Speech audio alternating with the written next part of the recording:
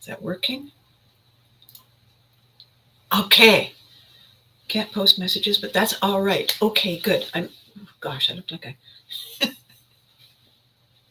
I'm early. And I'm early on purpose because yesterday, when I tried to start, it had kind of like a glitchy thing and it said restart. And I didn't want to have that happen today because today is kind of a frantic day. Calm everything down. Calm everything down. So it is 9:59. We're going to take a sip of coffee for the people who are joining us for exactly 10 o'clock. Just give it a second.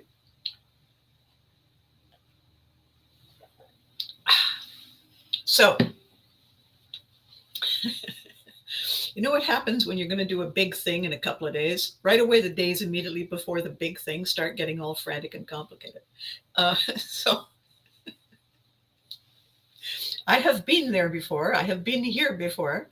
And so I'm not panicking as much as I would have, say, I don't know, 100 years ago. So um, when I was on this local cable television show on Friday with my really great longtime friend Derek Fage, and we talked about Fanaticon, which is this really sweet, really personal, really concierge kind of version of these humongous fan driven events. The Comic Con concept is for people who just absolutely love some aspect of some show, sci-fi, fiction, fantasy, and the actors and the props and the iconic imagery and the language and the costuming, and they get dressed up to get together and celebrate all these shows that they just absolutely are crazy about. And it's a hugely popular phenomenon. I had had no idea until 2018 when I was first invited. Actually, no, 2017.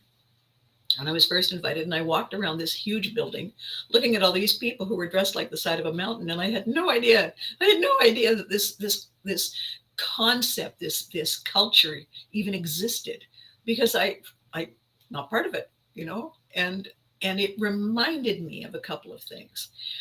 I'm right beside all these people. These most of these people live in my town, and I had no idea that that was what they do as one of their interests, one of the tribes they belong to. I had no clue. And it's a really good reminder, you know, because when we get caught up in things and we're eating and sleeping and breathing it, we naturally assume that everybody is as aware as we are. Everybody is thinking about and planning about and prioritizing about our thing. And it isn't always true. And so we get blindsided when we say, okay, so this is going to happen and this is going to happen because naturally everybody will whatever. And we can really make a big mistake. We can really have a letdown. A lot of live shows, a lot of live performers, you know, they say this joke is going to kill them, I'm going to have a pause here while they laugh, and then they don't laugh and the pause makes everything feel odd. So as in everything in these conversations that you and I are having, it is always important to pay attention to what is really going on. Well, good morning, Freddie. How nice to see you. How nice to see you. And what I'm talking about, Freddie, is this habit people have of of making assumptions that aren't true, but acting on those assumptions as if they were. And it causes a lot of anxiety, and it causes a lot of wasted time and effort. And the example I'm using is me getting ready for this show this weekend. So when I was talking to Derek on television, and he said, so we talked about the show and we talked about the organizers. We talked to Lance and Sebastian and how they've put it all together. And this is year 4 and what they mean and why it matters and how it's different in ways that are really cool, primarily in that the vendors and the visitors are what it's all about. That's the point. That's the bottom line. Without the vendors, there's no reason to come. Without the visitors, the vendors have wasted their time. It's a team effort. Who are the celebrities? Who's the special guest? Derek said. I said, the vendors and the visitors. He said, well, no, but you're coming. And I said, oh, yeah, well, of course I'm coming. And he said, so what happens at your booth? And without even thinking, I said the actual purpose that I have in going to these events, because I don't have collectibles. I don't have souvenirs of things. When I was doing the shows that I was in, I was just doing it as a job. I wasn't saying, well, I'm going to hang on to these till the end of time. It was just a job. And so the reason I go and the reason I keep going is because I have recognized something of value that I can bring. And here's what I can bring. This is the value. I can bring you into my world. I can show you where the portal is. I can help you navigate your way over the threshold so you don't trip on the door sill the way I have done so many times in front of people and cameras.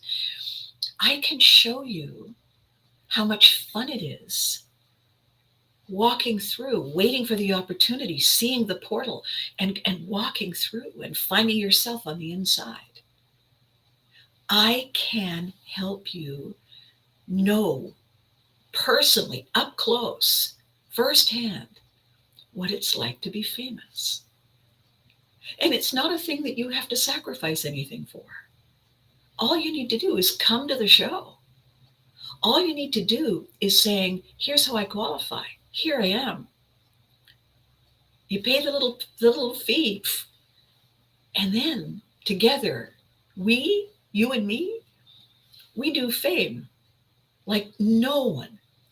Door sills can be tricky. Yes, they can, Freddie. Yes, they can. So Derek said, well, so what happens? And I said, it is the best time ever.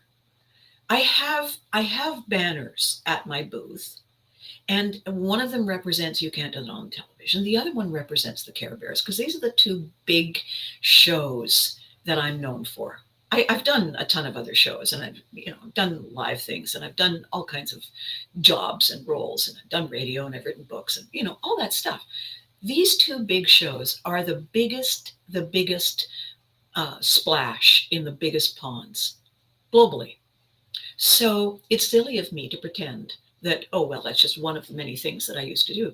It's a big deal. And it's a big deal for the people who have come, because they watch those shows and they are fans. And I want them to know what it's like not to be a Care Bear, not to be mom. I want them to know what it's like to feel the magic in the creating of whatever the special moment is. So I have baskets of feather boas. Which color do you think you should wear today? And we drape them in a feather boa. We have mirrors so they can fluff their hair and say, oh, I don't think so. Can I try the blue one? And we have not one, we have two brilliant, fabulous, talented photographers, my paparazzi. We have John Major, who has done the most amazing photography for all kinds of celebrities, all kinds of media for decades. He's just such a gift. And he keeps saying, Abby, I keep coming back because I can't believe what happens at your booth. It's crazy wonderful. So he's all over the place. And what he's doing is he's giving you the experience of the celebrity who is being captured forever, for all time. So it gives you the opportunity to preen and to fluff and to turn your head in this way and that, because he's giving you professional instructions on how to look amazing. We have Gary, who is doing the other side, the other pictures, the coming in, the going out. So we get the context. We get to see you in action. We get you signing autographs. We get you telling me your favorite moments. We get to, it's not, mom, dad, buddy, and sis posing in front of the Eiffel Tower. Every picture is different because it's based on where you want your moment of fame to be. And so maybe you're here, maybe you're signing that Care Bear, maybe you're standing in front of this locker. Everything is all your decision. You get to own it. I am there guiding you, and my assistants are there to make sure you get the best seat in the boat. Ta-da! And then, pièce de resistance, we have a videographer. And when you leave, you're going to get asked a couple of questions. What was it like? What was the most fun? Are you going to come again? It's just the best time ever. It's your 15 minutes of fame. How often does that happen, right? And the other thing is, so I have these bags. I have Abby bags, right? I have a couple of kinds. I have this one. I have a new black one as well. And what's going to go in the Abby bags for everybody who decides that they want to be famous is, of course, you get your very own mom glove in case you ever need, right? And you get 3 autographed pictures. I haven't autographed these yet. So you get the classic, internally autographed, famous, you can't do it on television, collector's edition photo. You get Abby Hagyard, ta-da! And you get all of my alter egos. Welcome to Abby World. You get all of those. And you get an opportunity to fill out a ballot. And what is the ballot for? Well, it's got 2 roles. It's got 2 functions. The first one is, I want to know more about you. And I want to find out what you would like to do, if you would like to do various things with me. So you're going to check off some boxes. The real important thing is that I am doing a brand new one-woman stage show. Brand new, never been seen. See, wrong side. See this? Can I bring it up close? There it is. See? There it is. So it's called Yes, But Not With You. And it's funny, and it's smart, and it's crazy, and it's silly. And the reason I'm doing this is because it's time. It's time. It's my time to come back and say, I'm walking here. I'm still walking here. And so when you fill out the ballot, you qualify to have your name go in the bowl, and we will draw winners who get free tickets. How about that? How about that, boys and girls? And the other thing that is really important to me is that the show and pivotry, the whole pivotry movement concept program, supports service dogs and service dog trainers and agencies who assist people who are living with PTSD and CTSD. Because I know one thing, having lived through a couple of scary, crazy, leaping curves in my life, is that we are always going to need more dogs. So that, my desk looks like a bomb went off because I'm putting price tags and I'm putting labels and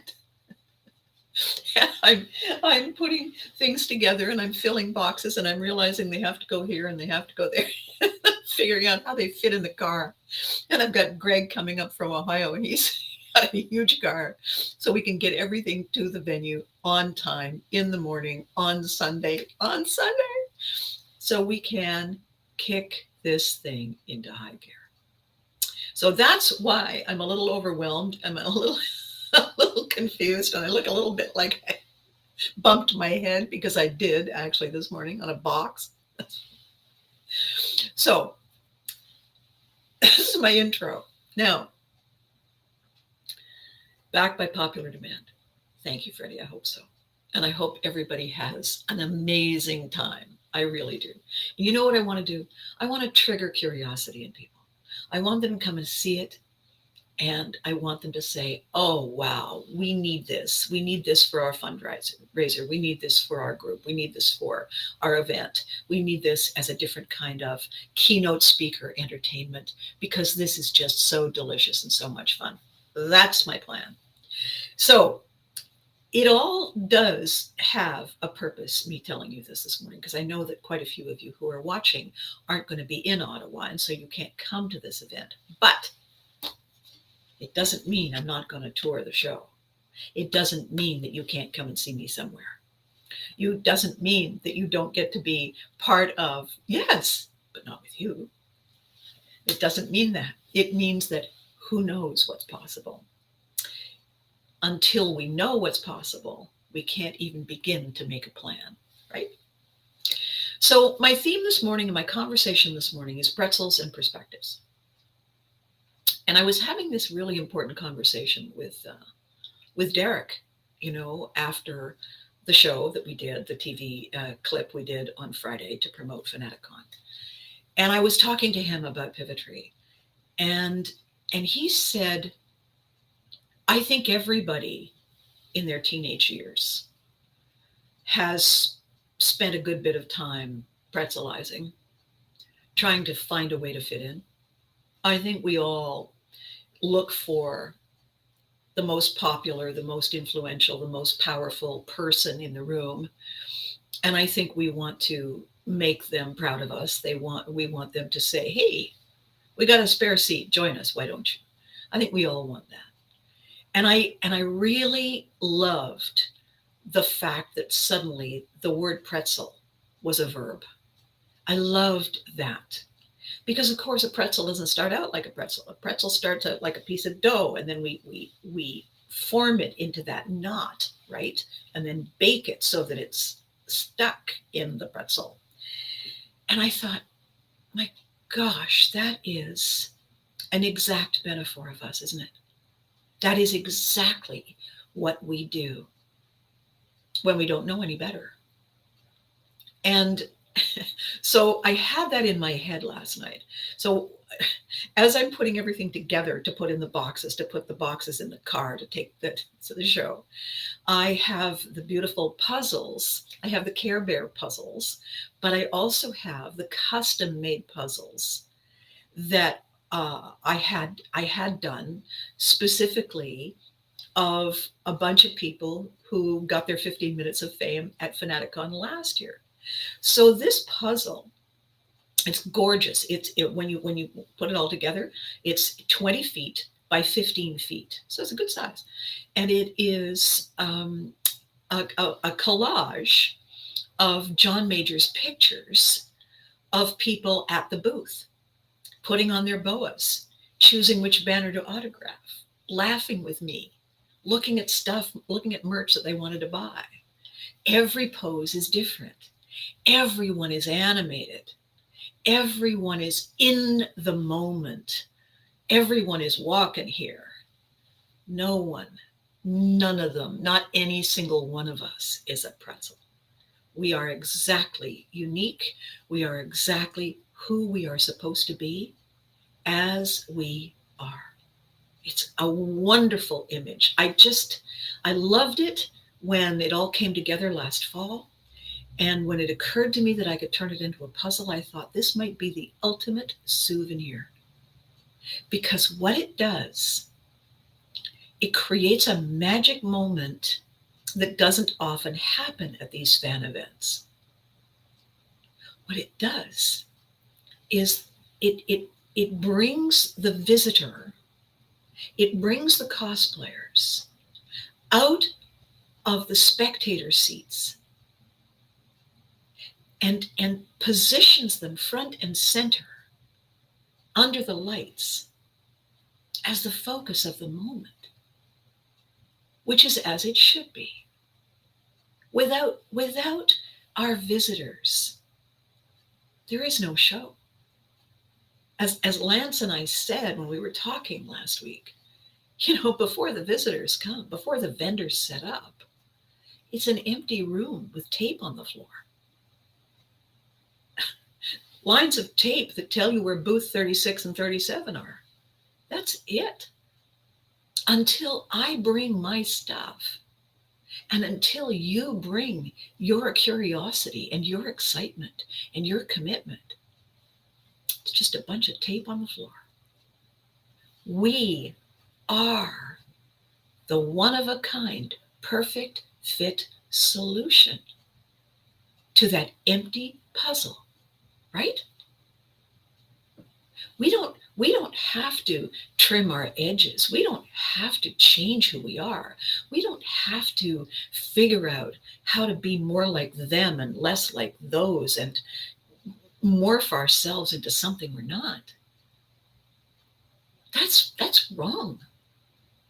And however we may have come to believe that, okay, honest mistake, innocent mistake, incorrect. Now it's time to change it. Now it's time to say, I am exactly who I'm supposed to be.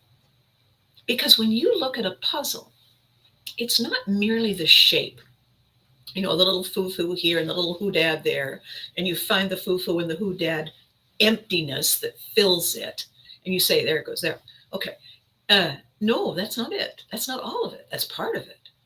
But the colors, the shapes, the designs, the lines, and so on, what is on the surface of that puzzle piece has to also be the perfect fit for where that shape can go.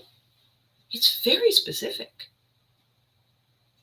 When we sit down with a puzzle, we don't say, okay, got the puzzle, got the empty table, got the scissors, got the crayons, got the glue, got the tape. No. No. We complete the puzzle with the puzzle pieces as they are, because as they are, they're perfect. They're perfect. And so are we. Whatever lumps and bumps and crazy whatnots and doodads we have, then we look in the mirror and we think, oh, God, what? Every morning when I look in the mirror, I'm thinking to myself, I wonder what my first reaction is going to be today. Is it going to be, or is it going to be? I have no idea. No idea. What's that snack? Is it called Bits and Bites? Every handful's different. Every first glimpse in the mirror for me is different.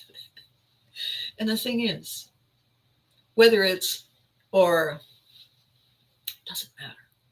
The best thing is that I'm here and I'm walking over to the mirror and I have the ability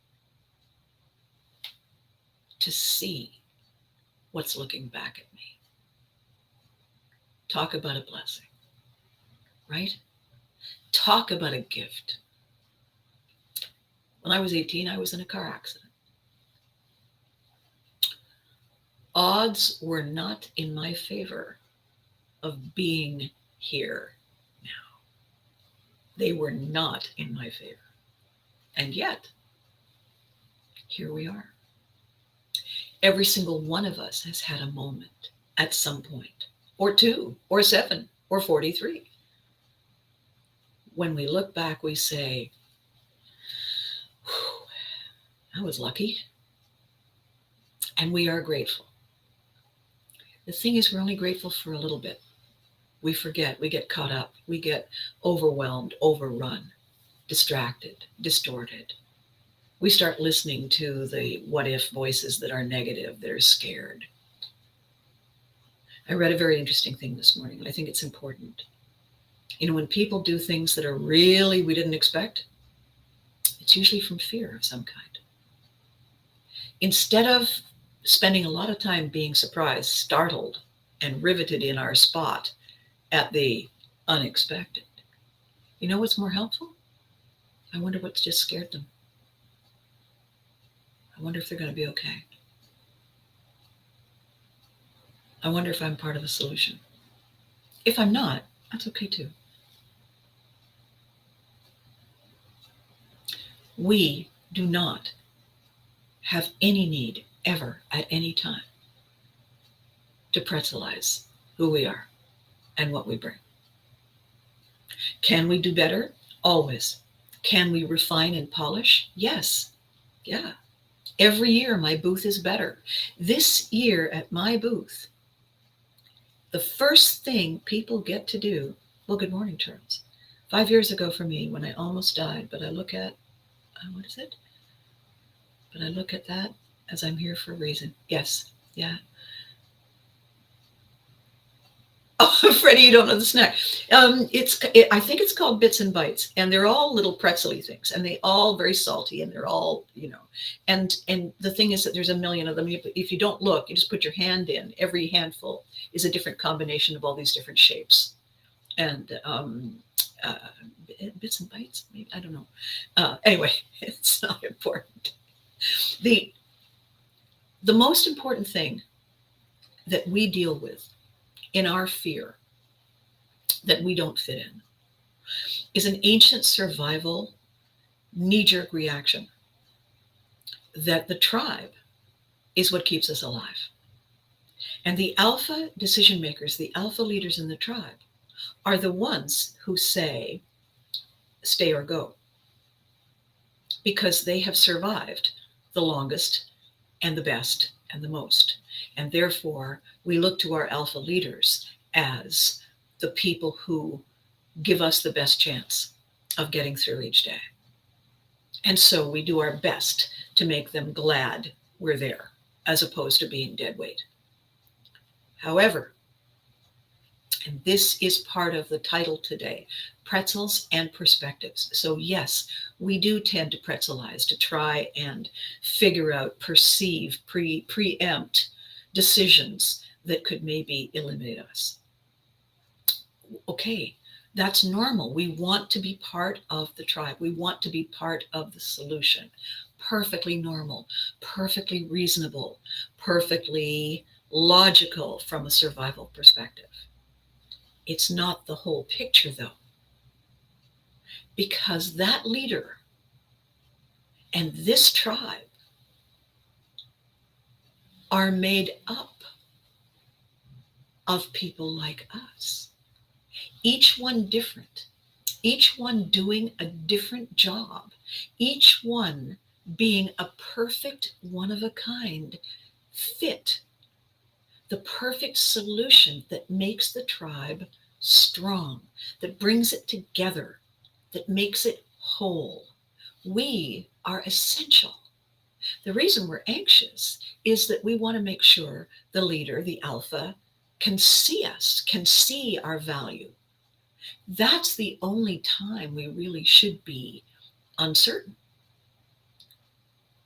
That's why I am very, very supportive of people who want to stand out, who have the courage and the conviction and the passion to say, yeah, I'm a little different.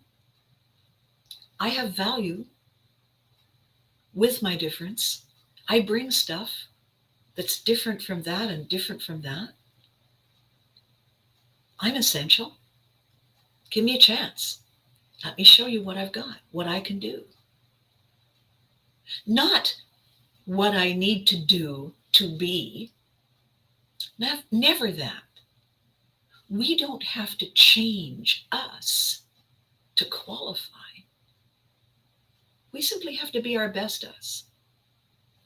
Because our best us, showing up, present, 100% in the moment, not distracted, is who is needed now. We are essential.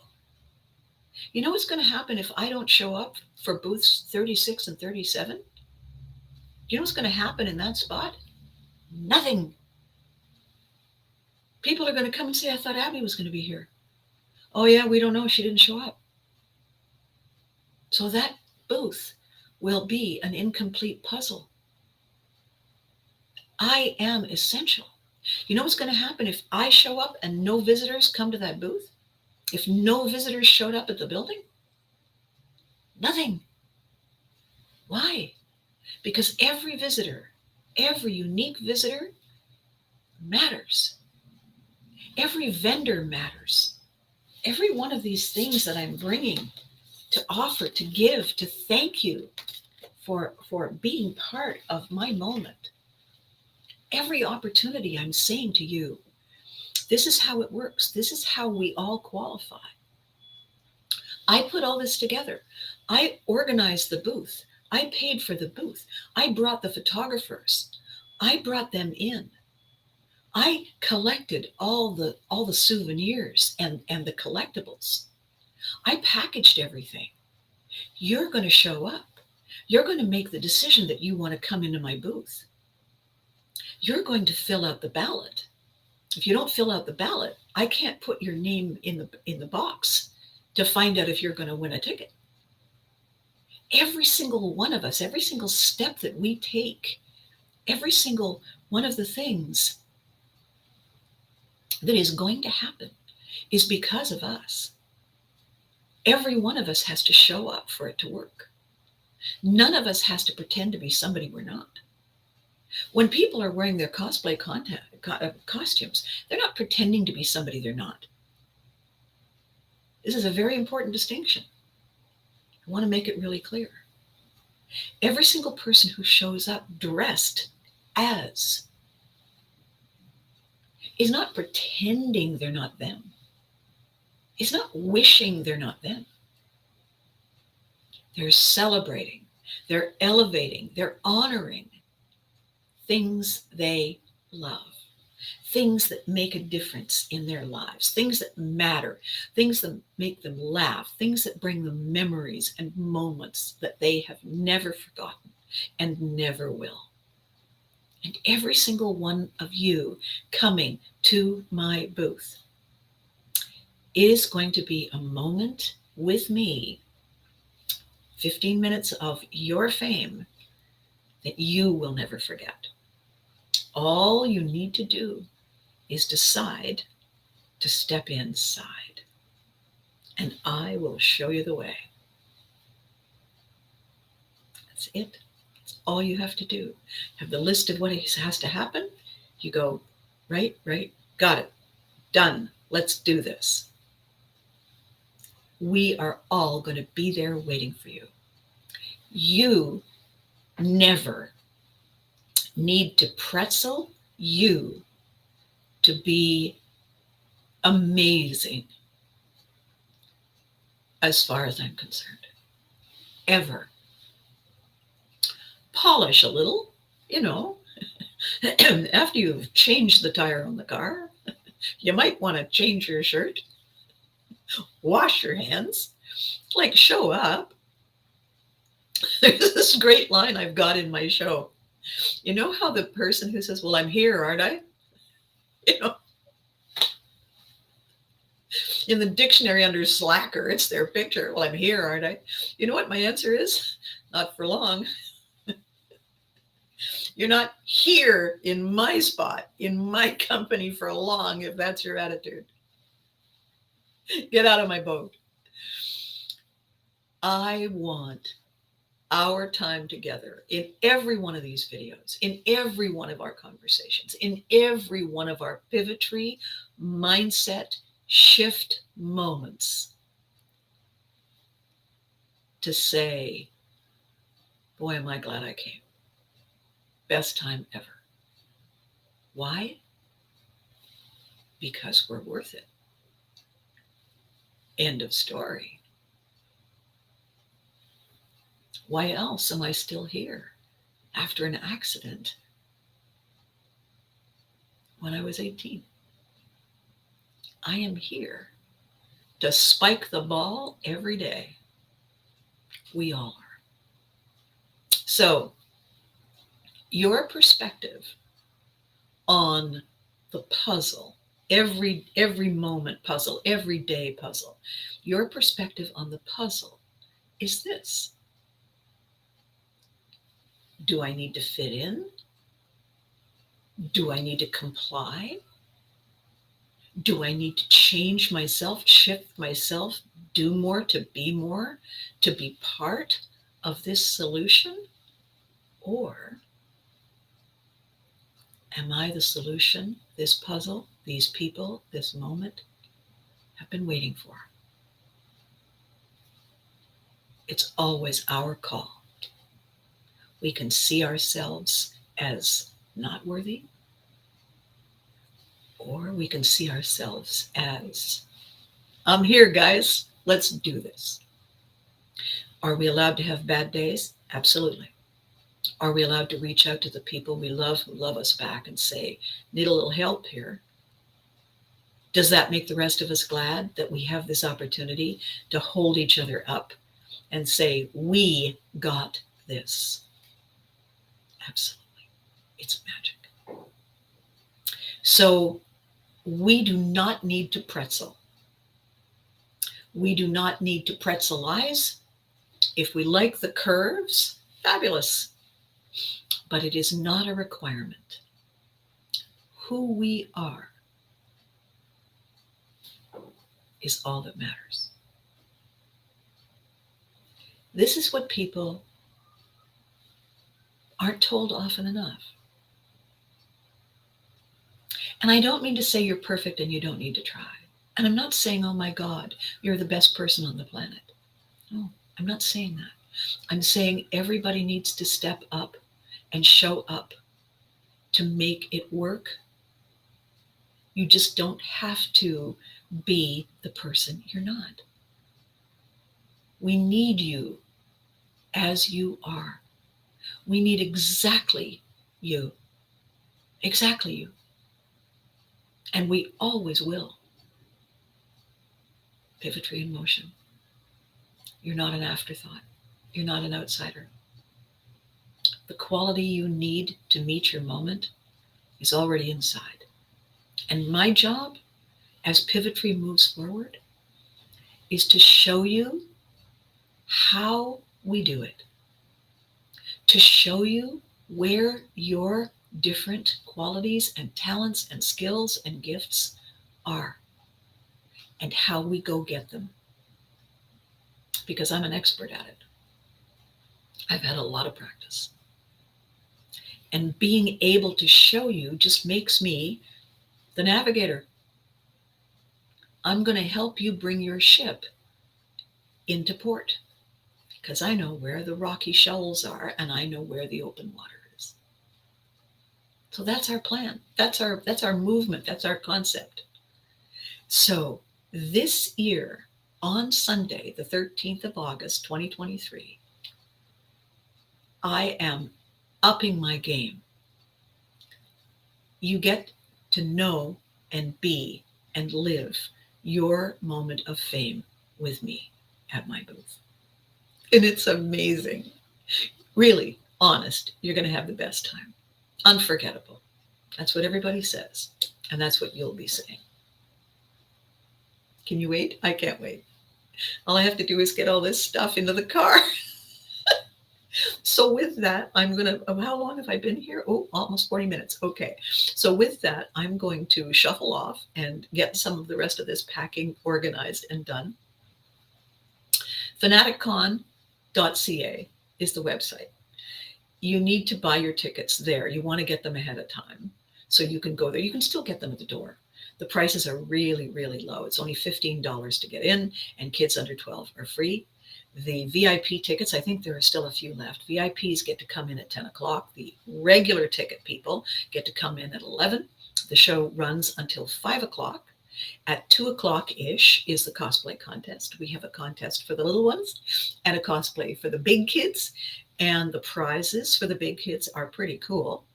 The best cosplay, the winner, gets a free booth next year. And that's a really good prize. And the head judge this year is last year's winner. So we're leveling up every year. We're bringing everybody into the tribe, and we're growing, and we're changing, and we're welcoming all of you, because without you, it's a rehearsal. Okay? So, pretzels and perspectives. Think about that. You are not an afterthought. You are not on the outside looking in. You are part of the perfect win. Remember that.